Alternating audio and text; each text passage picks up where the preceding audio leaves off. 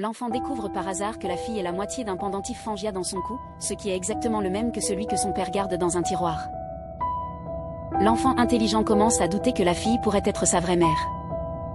Pour vérifier son hypothèse, l'enfant, profitant du sommeil de la fille, tire l'un de ses cheveux avec force, envisageant de faire une analyse génétique secrète à l'insu de son père.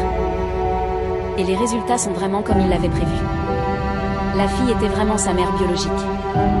Il s'avère qu'il y a 18 ans, la femme est montée sur la montagne pour récolter des herbes pour sa mère adoptive, malgré le froid.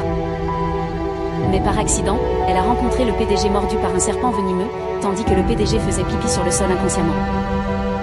La femme bienveillante a immédiatement commencé à la sucer le venin de la bouche et le PDG à ce moment s'est réveillé à cause de l'effet du poison dans un état de conscience troublée, il avait une intersection inattendue avec la femme. Débat avec toutes ses forces mais ne peuvent pas résister, elle s'enfuit enfin avec le sac du PDG mais par accident, elle a laissé tomber son pendentif dans un jade ancestral.